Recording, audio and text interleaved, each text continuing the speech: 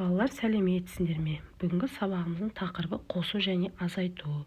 Бүгін біз қосу және азайту амалдарымен танысамыз. Бірінші тапсырмада тақтадағы жазуларға қара дейді. Түсіндір.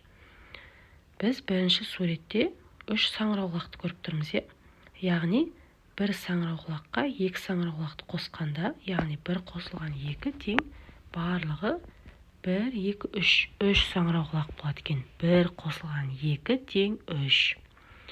Келесі суретте біз бір құмырадағы 3 гүлді көріп тұрмыз. Яғни оның біреуі солып қалды, сонда неше гүл қалды? Яғни 3 гүлден 1 гүлді алып тастаймыз, сонда 2 гүл қалды. Яғни 3-тен 1-ді аламыз, 2. Келесі суретте 2 алмаға 1 алманы қосамыз, сонда барлығы 3 алма болады. Яғни 2 қосылған 1 тең 3. Одан кейін 3 бананды көріп тұрмыз, оны 2 бананның қабығын ашып жеп қойдық делік. Сонда 3 бананнан 2 бананды алып тастаймыз. Неше банан қалады? 1 банан қалады. Яғни 3 алынған 2 тең 1. Екінші тапсырмада балалардың қалай есептегенін айт. 1-ге 2-ні қосамыз. 3-ке тең болады, оны басқаша 2 санын бөліктеп қосу арқылы қосуға да болады екен. Яғни 2 дегеніміз 1-ге 1-ді қосқан деген сөз. Сонда 1-ге 1-ді қосасың, одан кейін тағы 1-ді қосасың, сонда барлығы 3-ке тең болады екен. Екінші тапсырмада 3-тен 2-ні алып тастаған. Яғни 2 дегеніміз 1 мен 1-ден тұрады, сонда 3-тен 1-ді алып тастаймыз, одан кейін тағы 1-ді алып тастаймыз, сонда 1 қалады екен. Үшінші тапсырма. 1-ге 1-ді қосқанда 2 болады. 2-ден 1-ді алғанда 1 болады. 3-тен 1-ді алғанда 2 қалады. Төртінші суретте, төртінші тапсырмада суретке қара, неше жеңіл машине бар дейді. Жеңіл машинелерді санайық.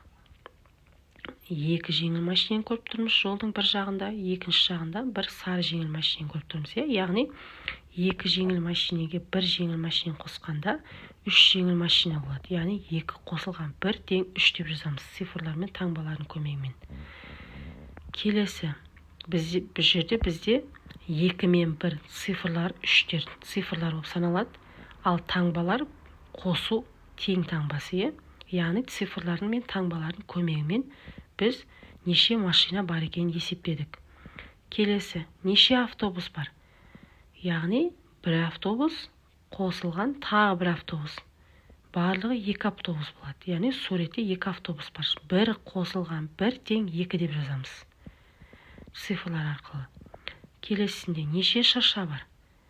Яғни мектептің артында 2 шырша көріп тұрмыз, және цирктің қасында тағы бір шырша. Яғни 2 шырша қосылған 1 шырша тең барлығы 3 шырша болды. 1, 2, 3 шырша барлығы. Яғни 2 қосылған 1 тең 3 болады екен.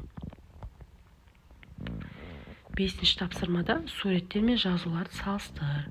Бірінші суретте біз 2 ұл оқушы мен 1 қыз оқушыны көріп тұрмыз. Сонда барлығы неше оқушы көрініп тұр? Бізге 3 оқушыны көріп тұрмыз. Яғни 2 қосылған 1 тең 3 болады.